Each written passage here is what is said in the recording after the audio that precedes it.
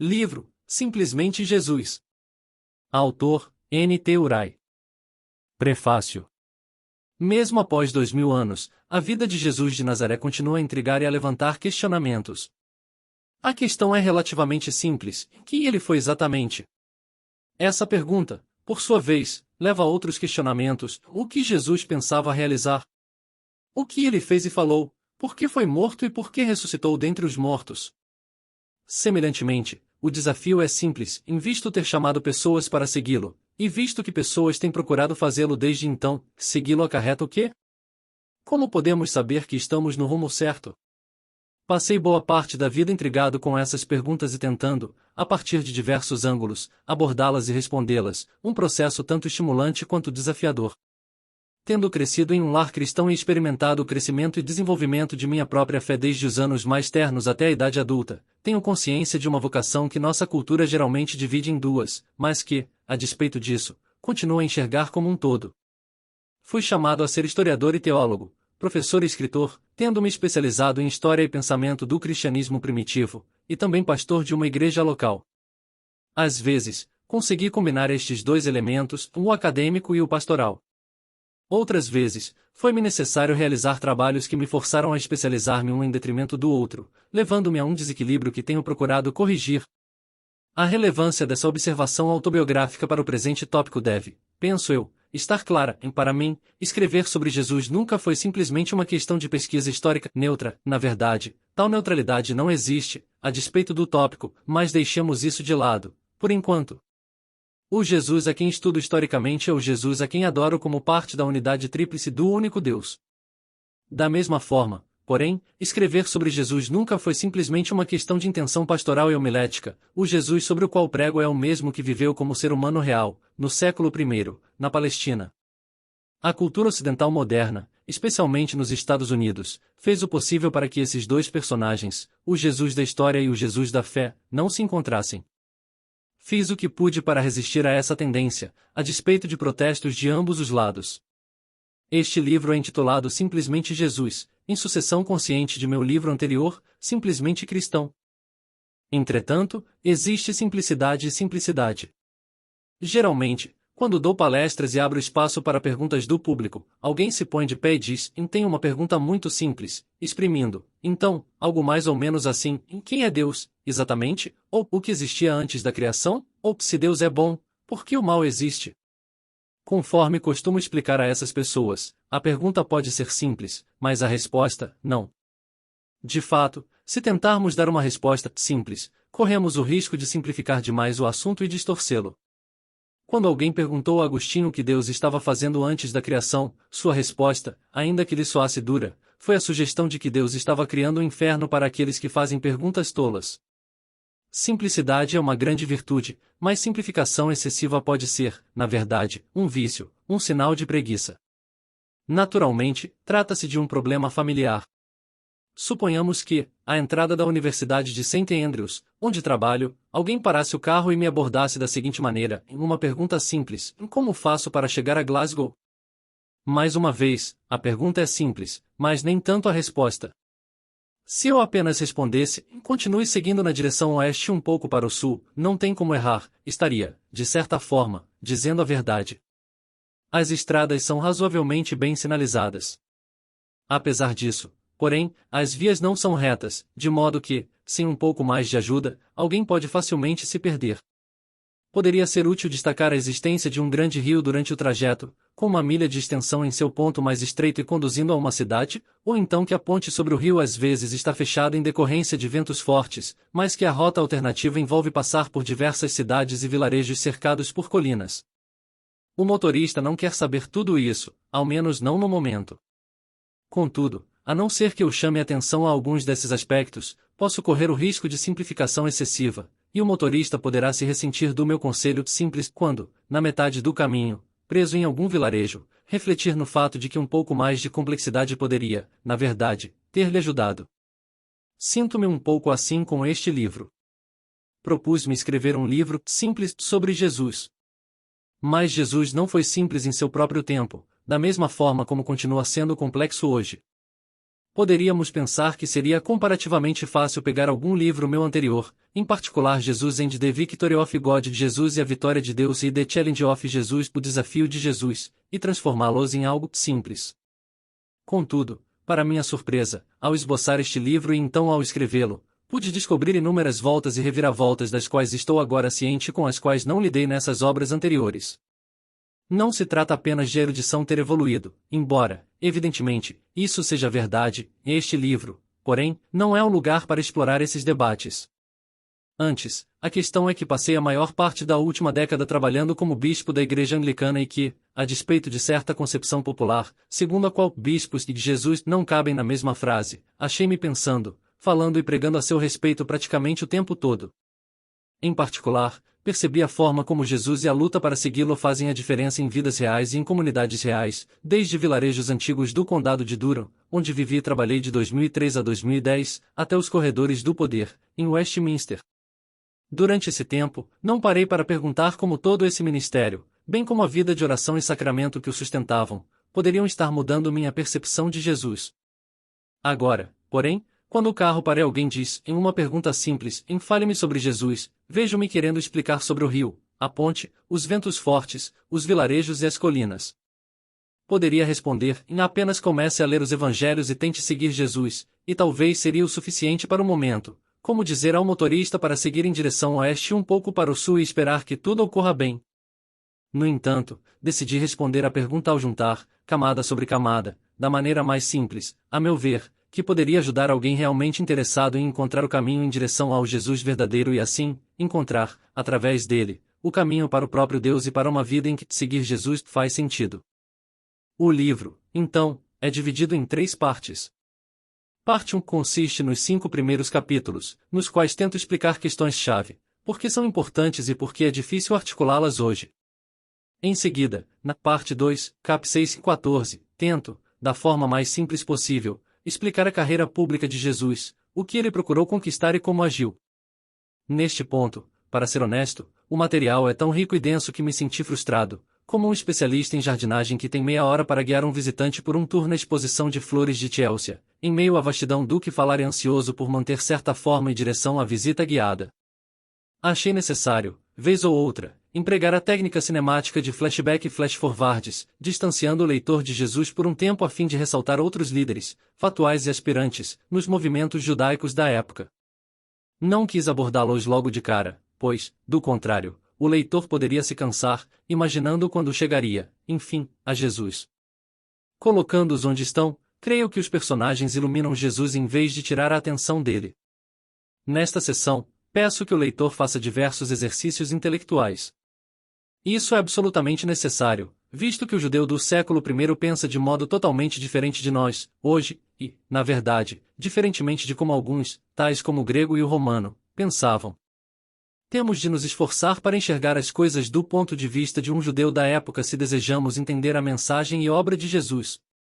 Tudo isso nos leva, por fim, à morte, ressurreição e ascensão de Jesus, bem como ao significado desses acontecimentos. No decorrer do livro, conforme se tornará aparente, fiz o melhor que pude para explorar o significado da frase que Jesus usava como maior slogan de todo o seu projeto em Reino de Deus. O próprio Jesus passou muito tempo explicando o significado dessa expressão, e tentei rastrear essas explicações para chegar à essência do seu significado. A parte 3 do livro consiste em um longo capítulo final, cujo título poderia ser "E qual a relevância disso?". Em outras palavras, o que isso tudo significa para nós? Nela, esboço 4 maneiras nas quais pessoas tentaram entender a atual relevância da inauguração do Reino de Deus por Jesus, permitindo-lhes dialogar entre si. A partir dessa ideia surge o conceito, central ao próprio Novo Testamento, de que o modo como Jesus governa o mundo é, aqui e agora, por incrível que pareça, por intermédio dos seus seguidores. A essência da vida cristã é a adoração guiada pelo Espírito, através da qual discípulos são constituídos e energizados como corpo de Cristo. O programa decorrente é estabelecido pelos dizeres memoráveis a que chamamos de bem-aventuranças, que oferecem um ponto de partida pelo qual somos capazes de explorar formas em que o projeto do Reino de Deus, que Jesus anunciou e creu ter sido alcançado por sua morte, pode se tornar uma realidade não apenas na vida de seguidores, mas também por intermédio deles. O último capítulo serve apenas de sinalizador para as propostas muito maiores que podem ser elaboradas neste ponto, contudo, é claramente importante, em vista do assunto deste livro, que pelo menos alguma coisa seja dita a esse respeito. Tenho sido encorajado pelas muitas maneiras nas quais cristãos de diferentes tradições têm explorado essas questões nos últimos anos, em termos teóricos e práticos, e espero que este livro sirva de fundação bíblica e teológica mais firme, dando forma, talvez, a algumas dessas explorações e esforços. Há pouco, mencionei judeus do século I e como eles pensavam. Naturalmente, estou ciente da existência de muitas variantes do judaísmo no mundo antigo, assim como nos dias de hoje, e que toda generalização a respeito dos judeus, ou até mesmo de gregos e romanos, está fadada a ignorar bibliotecas inteiras, cheias de detalhes complexos. Escrevi a respeito em outras publicações, particularmente em The New Testament and the People of God, o Novo Testamento e o Povo de Deus. Entretanto, algumas coisas precisam ser simplificadas se desejamos chegar a algum lugar. Este é o primeiro livro que escrevi desde a morte do meu querido pai, falecido aos 91 anos. Tendo começado a ler teologia ou erudição bíblica praticamente depois dos 60 anos, tempo em que comecei a escrever, meu pai lia tudo o que eu escrevia poucos dias após sua publicação e normalmente me ligava para contar o que achava a respeito.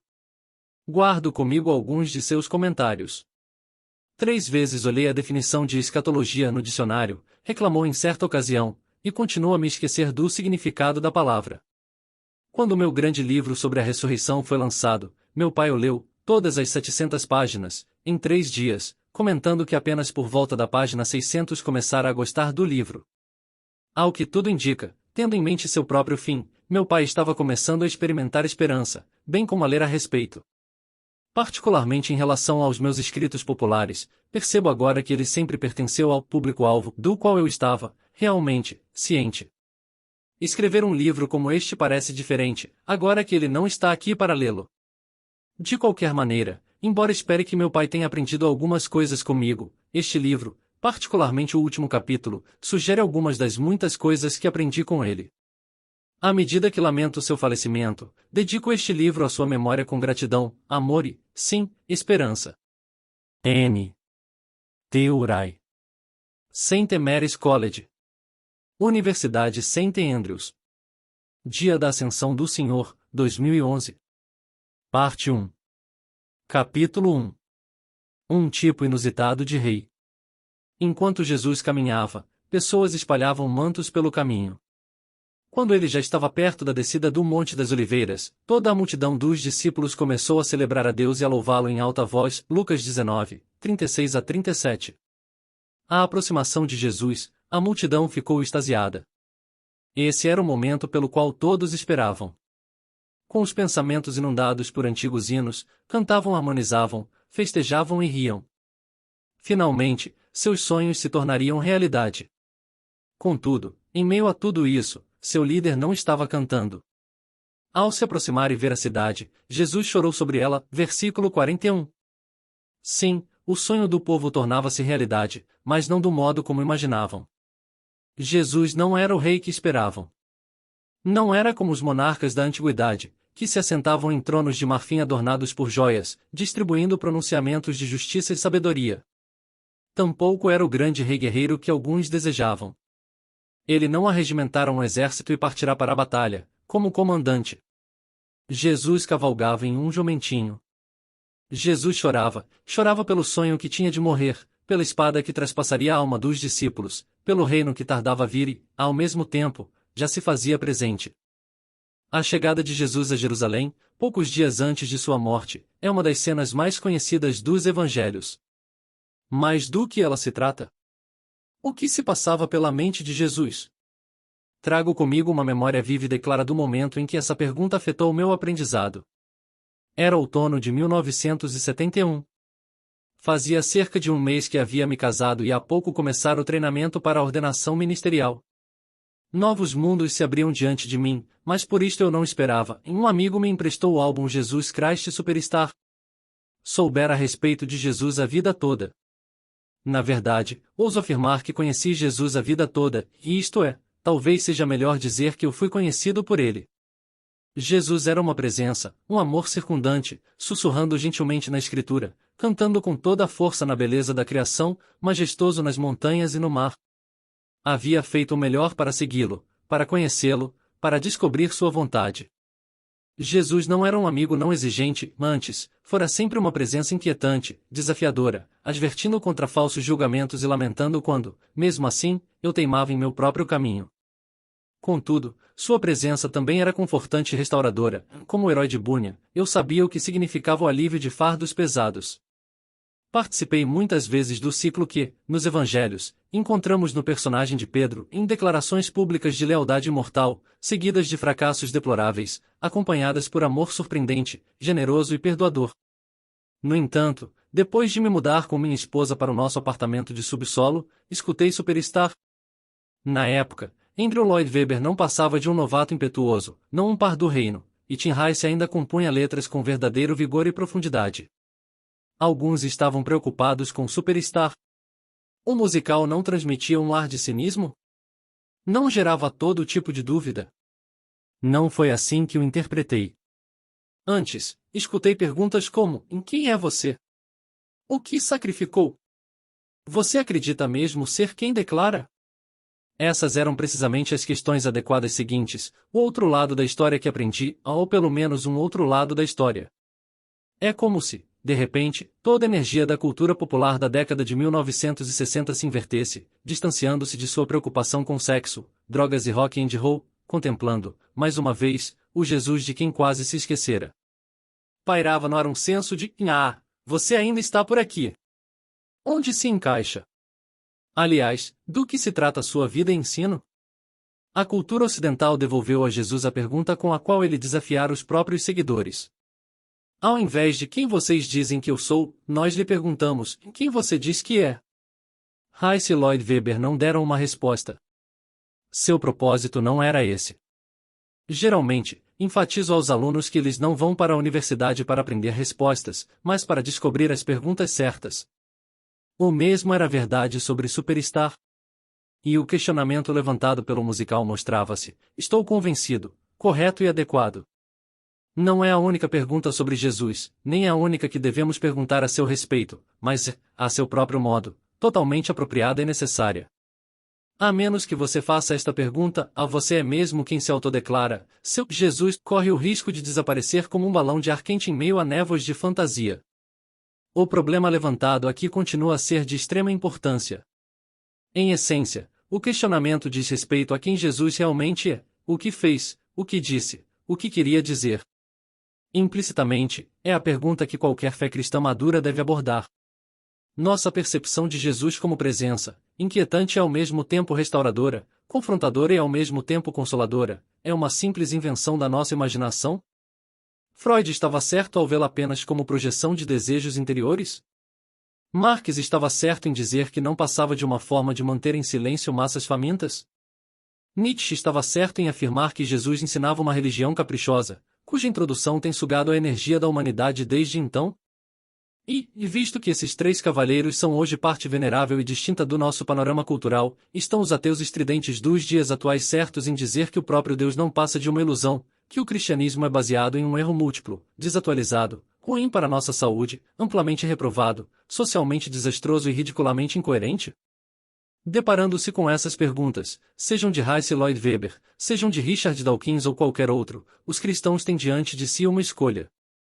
Podem continuar a falar sobre Jesus, adorando-o na liturgia formal e em reuniões informais, dirigindo-lhe orações e descobrindo o que acontece em sua própria vida e na vida de comunidades enquanto mantém suas práticas, porém deixando de abordar a pergunta que tem pairado na mente de todos os demais há pelo menos um século.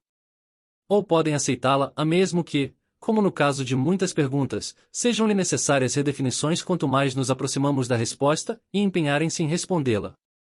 Eu ainda não estava, no outono de 1971, preparado para a segunda opção. Mas dentro de poucos anos, percebi que não poderia mais ignorá-la. No fim da década de 1970, já havia sido ordenado, pregava regularmente, liderava grupos de discipulado, organizava a liturgia. Estava terminando o doutorado e ensinando graduandos. Minha esposa e eu tínhamos 2 filhos, e mais um estava a caminho.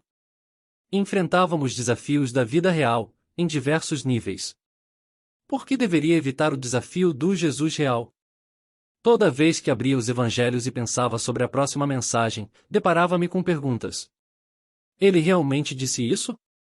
Realmente fez isso? O que ele queria dizer? Muitas vozes ao meu redor me reafirmavam que ele não dissera o que disse e fizera o que fez, assegurando-me de que o único significado é que a igreja não passa de uma grande fraude. Se era meu interesse pregar e aconselhar pessoas a confiarem em Jesus, levando-as a conhecerem-no por si mesmas, não podia fazê-lo sem integridade, a não ser que enfrentasse, por mim mesmo, as perguntas difíceis. Tem sido uma longa jornada. Sem dúvida, há ainda muito mais a ser desvendado. Mas este livro lhe dirá, da forma mais simples possível, o que, até agora, descobri. O desafio às igrejas. Com Jesus, é fácil ser complicado e difícil ser simples. Parte da dificuldade é que Jesus foi e continua sendo muito, muito mais do que as pessoas imaginam. Não apenas pessoas em geral, mas cristãos praticantes e as próprias igrejas. Deparando-se com os Evangelhos, os primeiros 4 livros que nos dão boa parte da informação a seu respeito, a maioria dos cristãos modernos se encontra na mesma posição que eu quando me assento na frente do computador. Meu computador fará, conforme estou seguramente informado, diversas tarefas complexas. Entretanto, utilizo apenas para 3 coisas: escrever, enviar e-mails e, às vezes, fazer pesquisas na internet. Se o meu computador fosse uma pessoa, sentir-se-ia frustrado e brutalmente desvalorizado, longe de cumprir seu potencial. Estamos, creio eu, nesta posição hoje, quando lemos histórias sobre Jesus nos Evangelhos. Nas igrejas, usamos essas histórias para diversos propósitos óbvios, em pequenos sermões moralizantes sobre como se comportar na próxima semana, auxílios à oração e meditação, enfeite extra para uma figura teológica construída, em grande medida, a partir de outro lugar. Como o meu computador, os evangelhos têm todo o direito de se sentirem frustrados. Seu potencial pleno continua não cumprido. Pior ainda, o próprio Jesus tem todo o direito de se sentir frustrado. Muitos cristãos, ao ouvirem sobre alguém fazendo pesquisas históricas acerca de Jesus, começam a se preocupar de que ele emergirá como um Jesus menor e menos importante do que esperavam.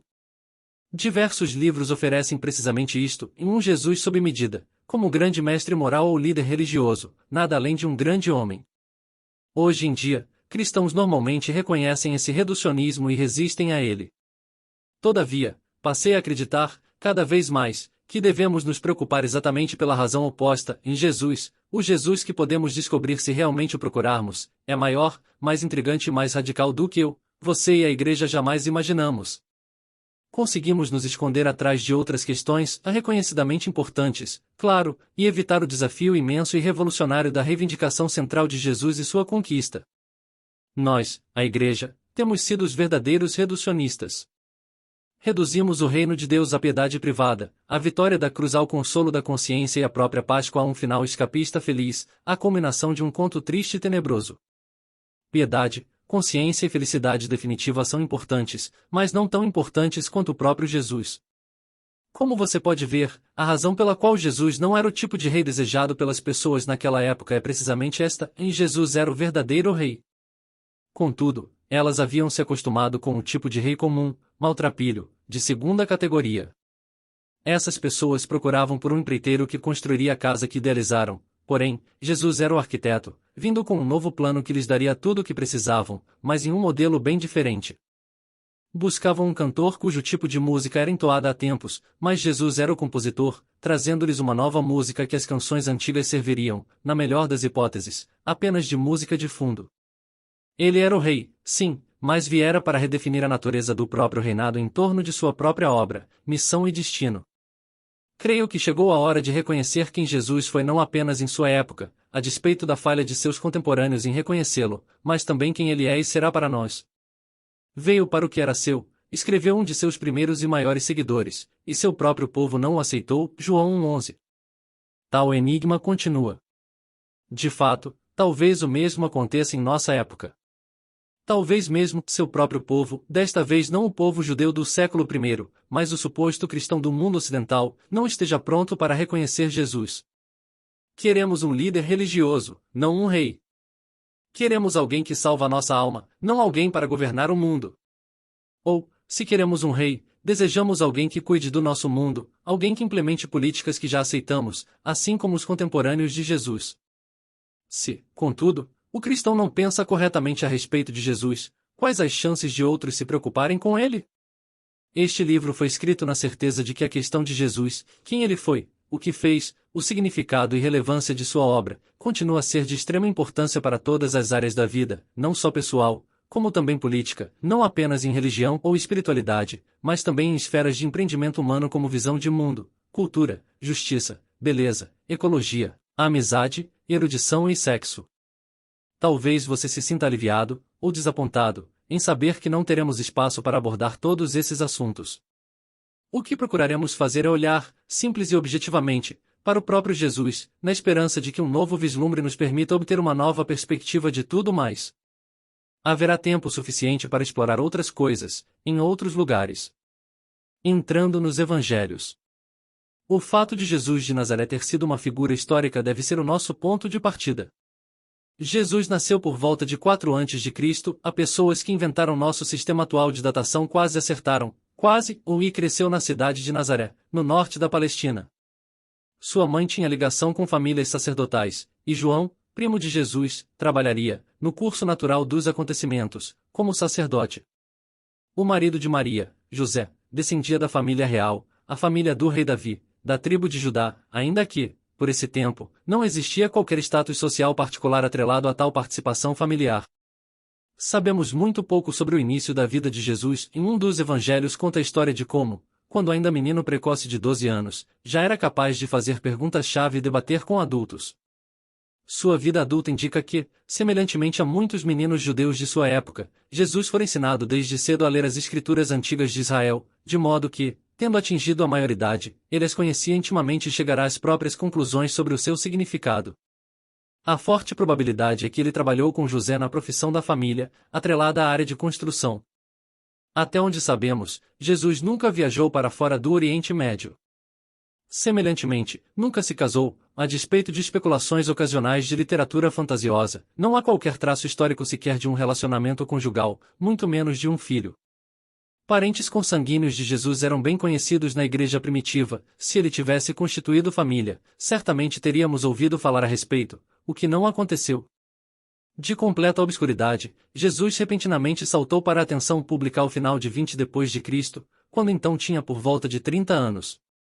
Praticamente tudo o que sabemos a seu respeito como figura histórica está amontoado em um curto espaço de tempo. Não é fácil dizer se durou 1, 2 ou 3 anos. Porém, certamente seu ministério não durou mais do que isso.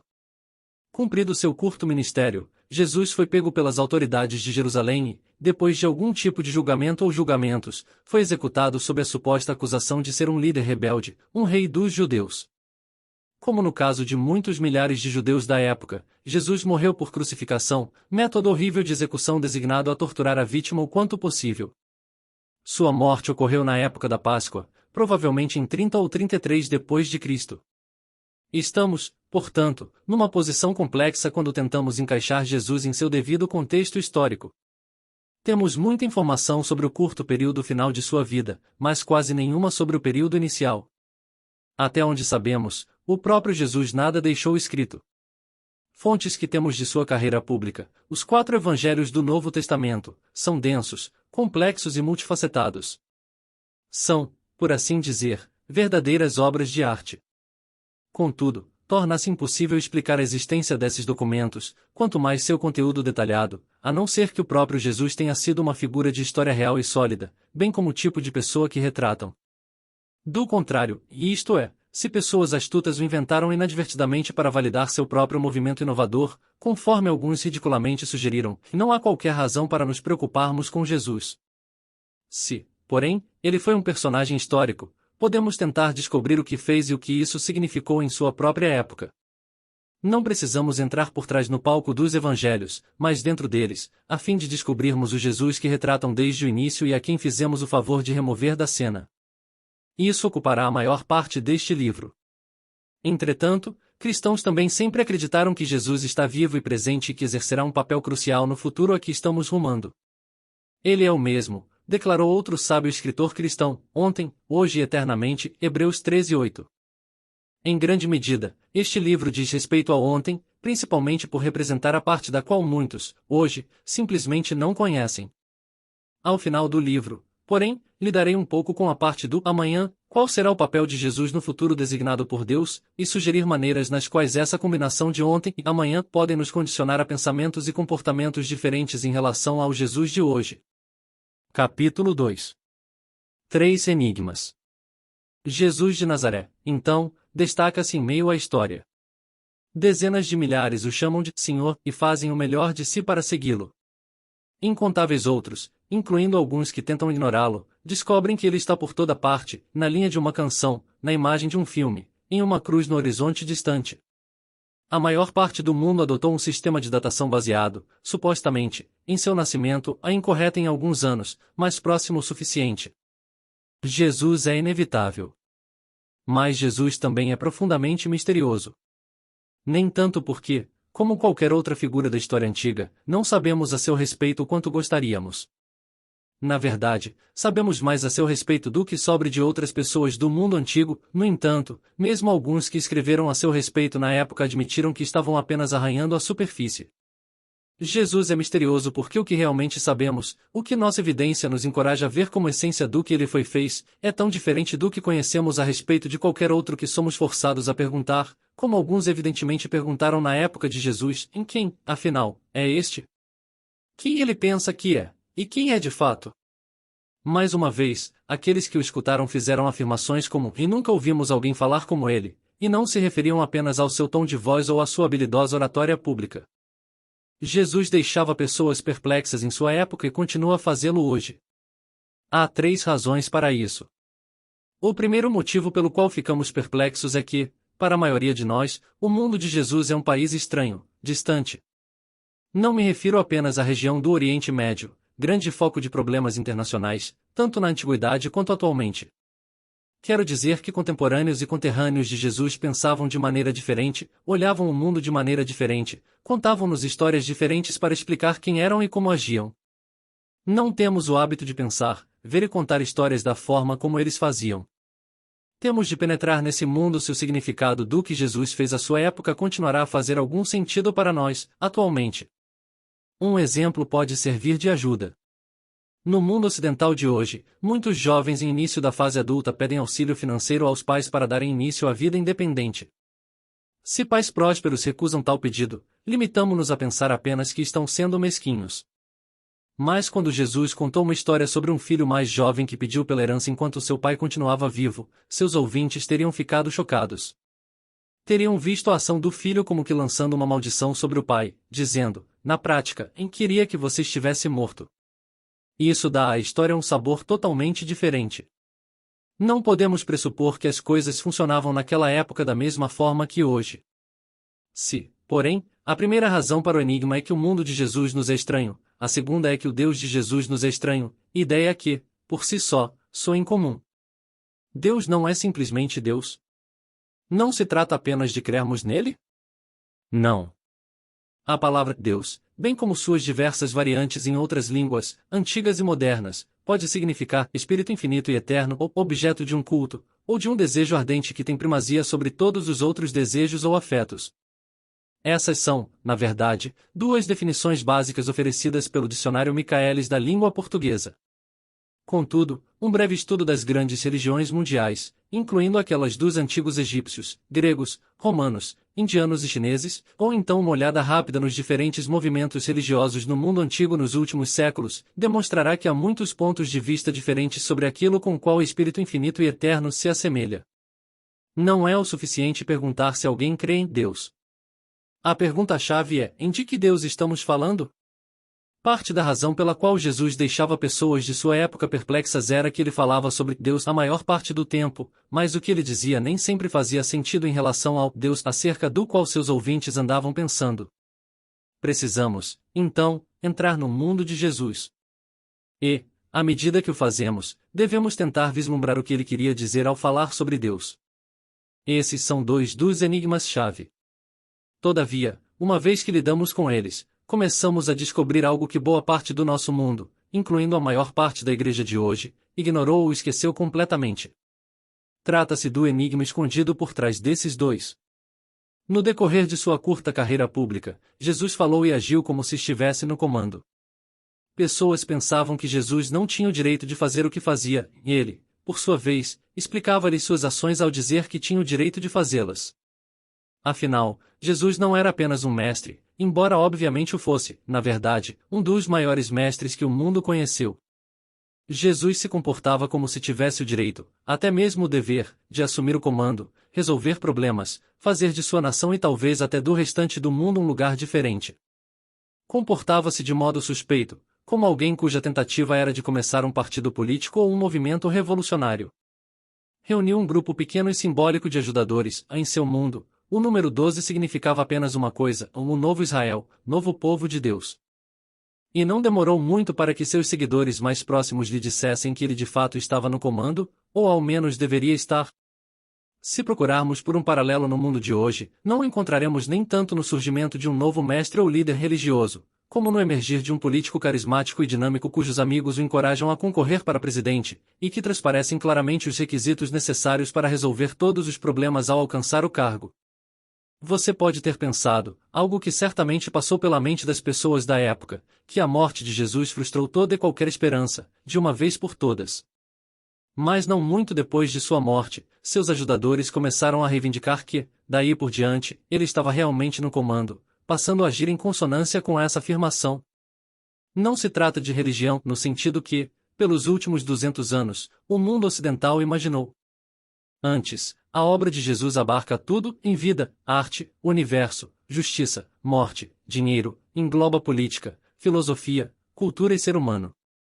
Trata-se de um Deus tão maior do que o Deus da religião moderna comum que é difícil enquadrar os dois na mesma categoria. O aspecto mais impressionante e realmente enigmático sobre Jesus, tanto em sua época quanto agora, é que ele parece não apenas falar sobre esse Deus muito maior, mas também inaugurar esse novo projeto transformador, planejado, há muito, por esse Deus. Seus seguidores realmente acreditavam que isso havia acontecido.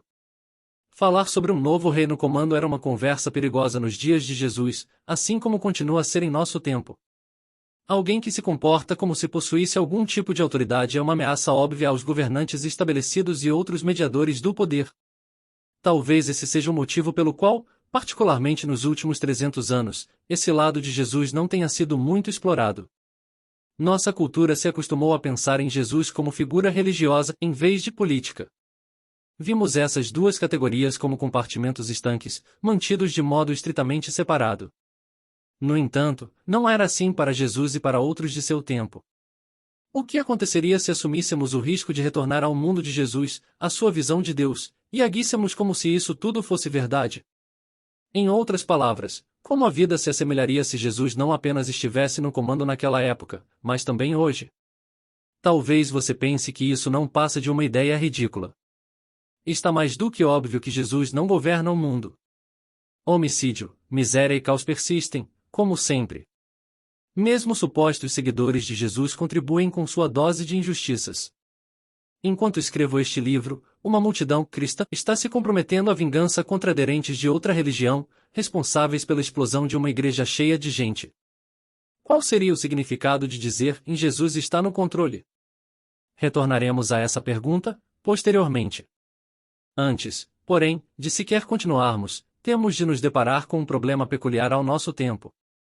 Por trás dos três enigmas históricos, há o mundo de Jesus, o Deus de Jesus e o comportamento de Jesus, agindo como se estivesse no comando, encontram-se dificuldades adicionais que, como elementos de uma tempestade perfeita, juntaram-se para representar severos desafios para qualquer um que tenta abordar questões sobre Jesus, quanto mais de forma simples.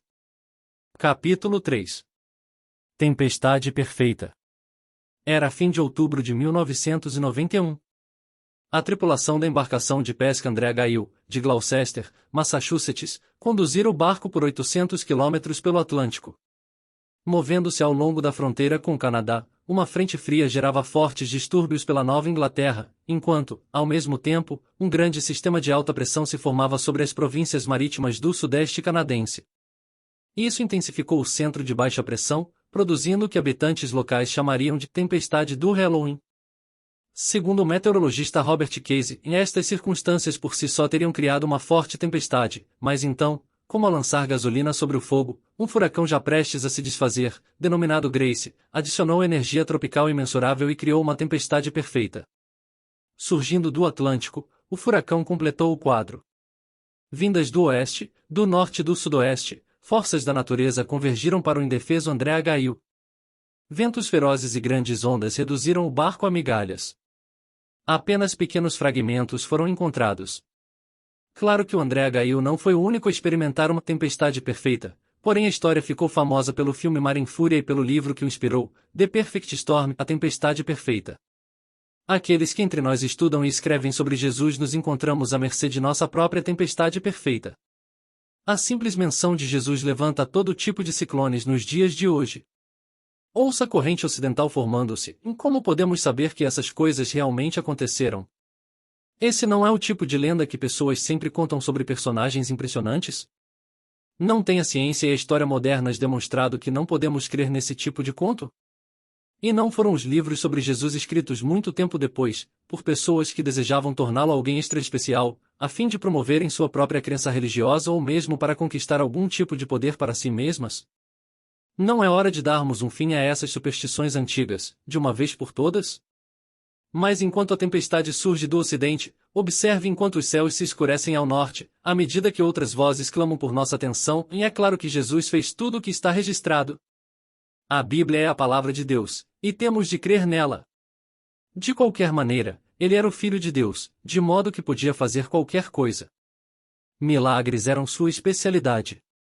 Devemos nos posicionar frente à verdade do Evangelho contra as armas do ceticismo moderno. Não podemos deixar ateus e opositores falarem o que bem entendem.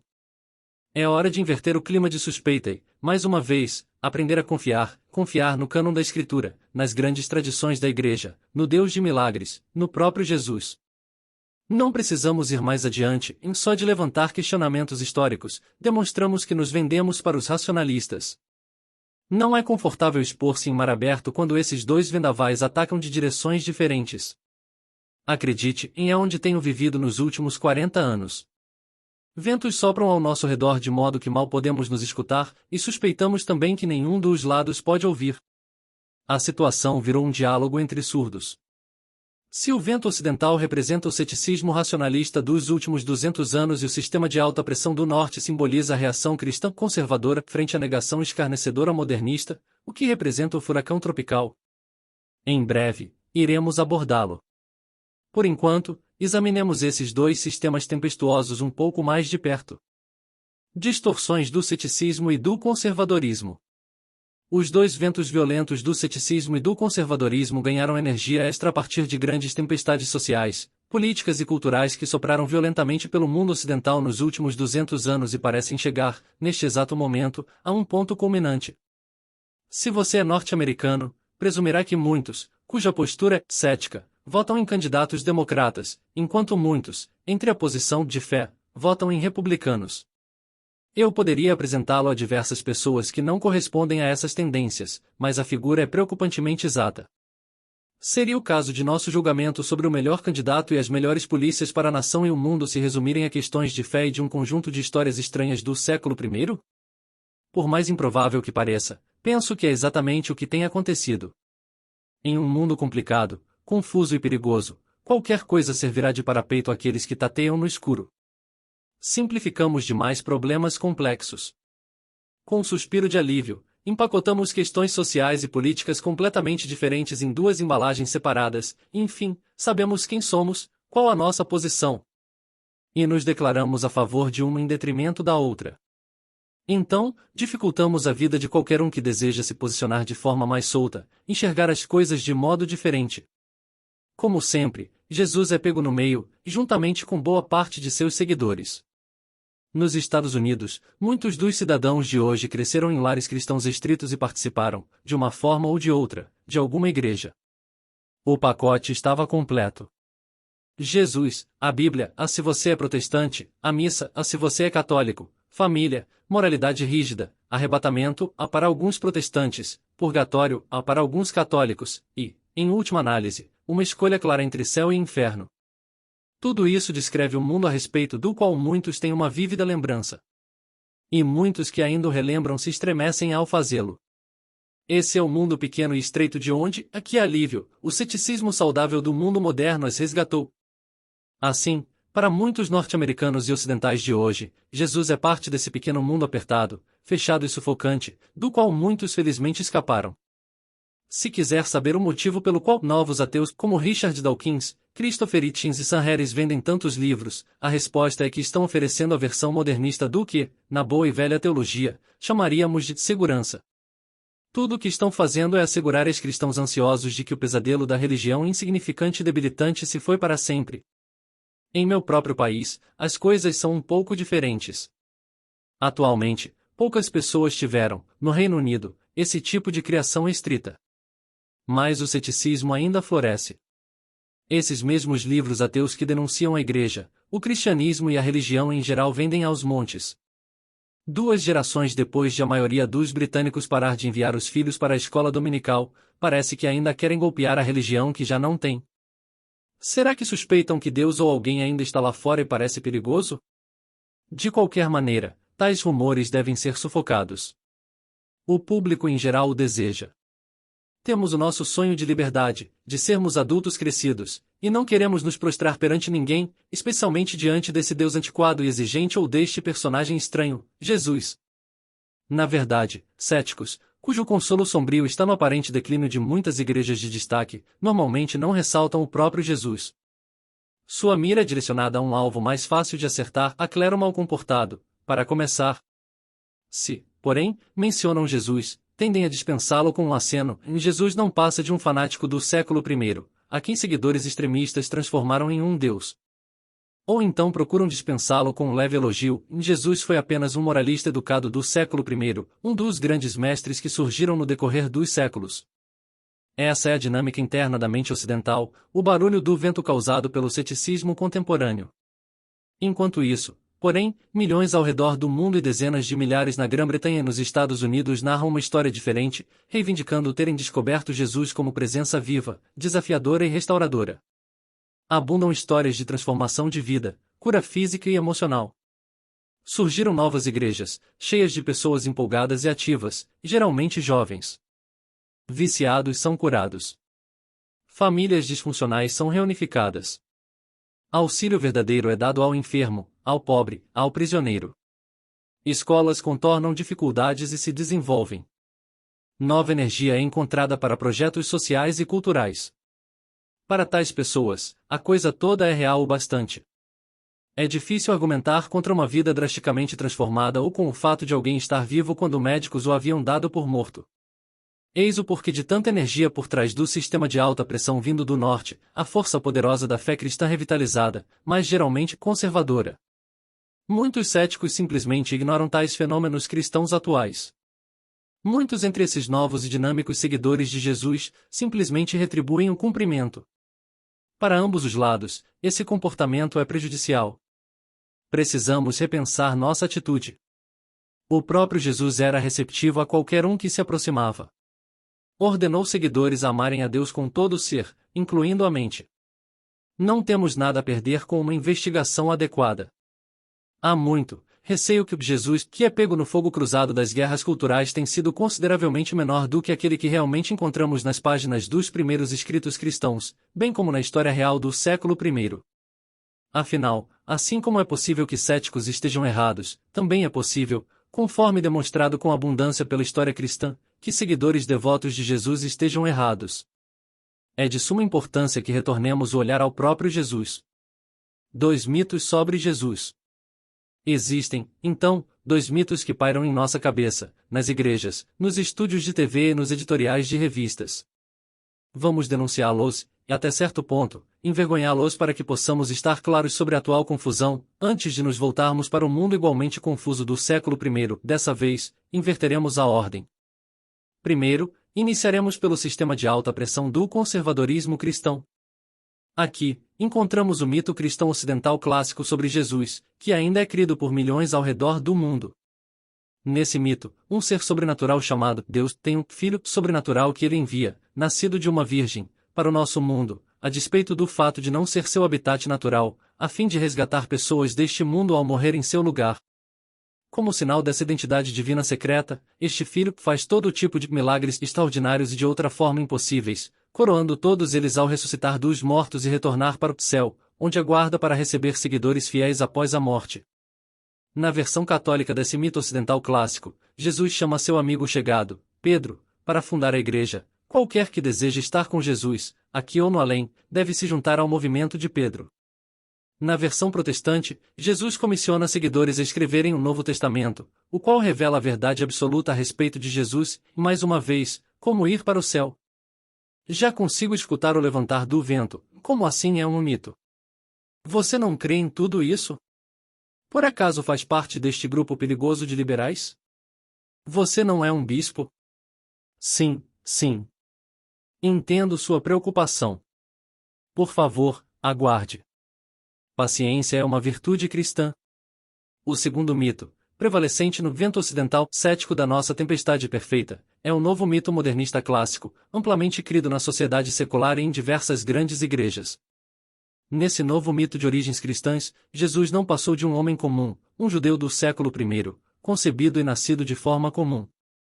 Foi um pregador e mestre extraordinário, mas provavelmente não fez todos os milagres registrados. Alguns pareciam sentir-se melhor após encontrá-lo, mas não mais do que isso. Certamente, ele não pensava que morreria pelos pecados do mundo, e apenas tentava ensinar pessoas a viverem de modo diferente, amarem umas às outras, serem bondosas com mulheres idosas, com crianças e, para usar uma categoria pós-moderna atual, com os marginalizados. Jesus falava sobre Deus, não de si mesmo. A ideia de ser filho sobrenatural de Deus nunca lhe ocorreu. Na verdade, ele teria ficado horrorizado em ouvir uma coisa assim, quanto mais em ter uma igreja fundada em sua memória. Evidentemente, Jesus não ressuscitou dos mortos. Sim, seus seguidores, sentindo que sua obra continuaria, usaram linguajar descuidado, parecendo sugerir que a ressurreição aconteceu, é óbvio, porém, que não. Em seguida, esses seguidores começaram a contar histórias a respeito de Jesus que acabaram por virar lendas, as quais, então, originaram novas interpretações. Os evangelhos que agora temos na Bíblia são produto desse processo flutuante, inventivo e possivelmente egoísta.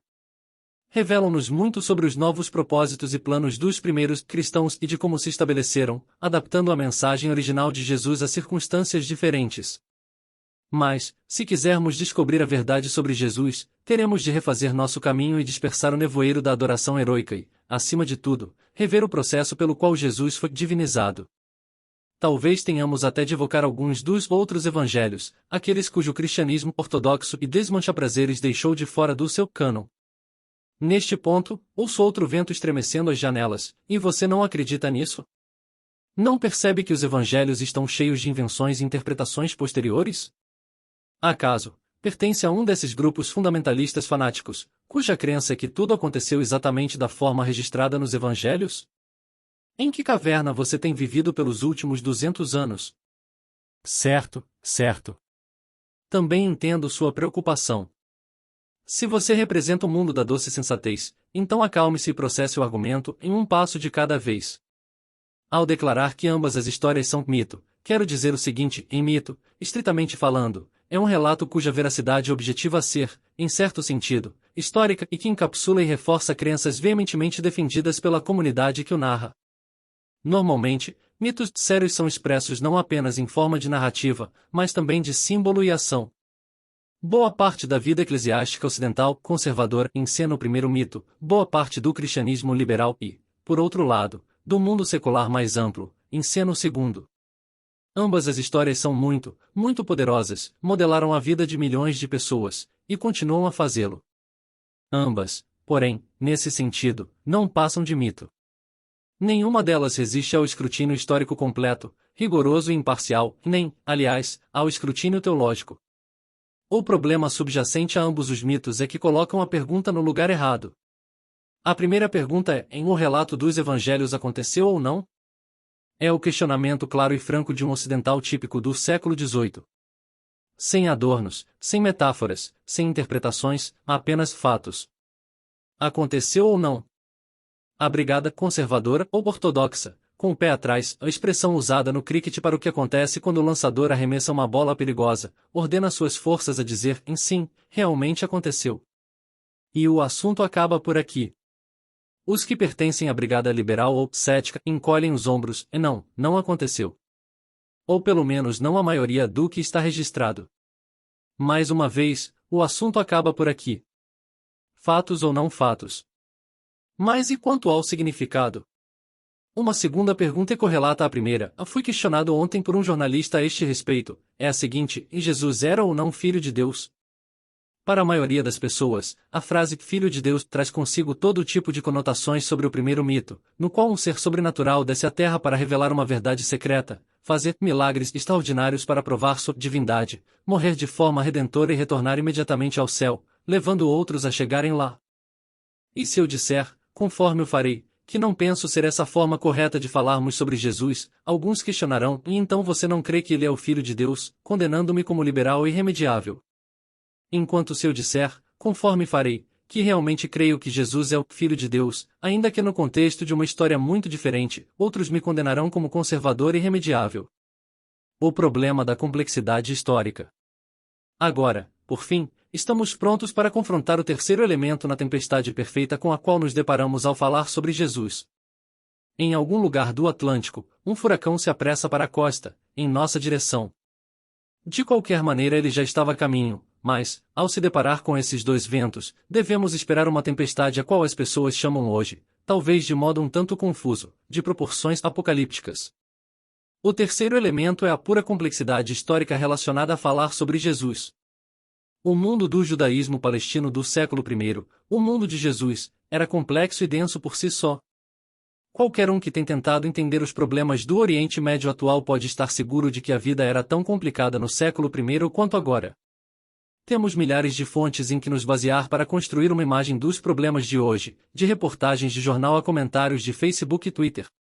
Contudo, o historiador do século I, e se queremos falar sobre o próprio Jesus em vez de especular fantasiosamente a seu respeito, estamos fadados a nos tornar, até certo ponto, historiadores do século I, depara-se com um estranho desafio.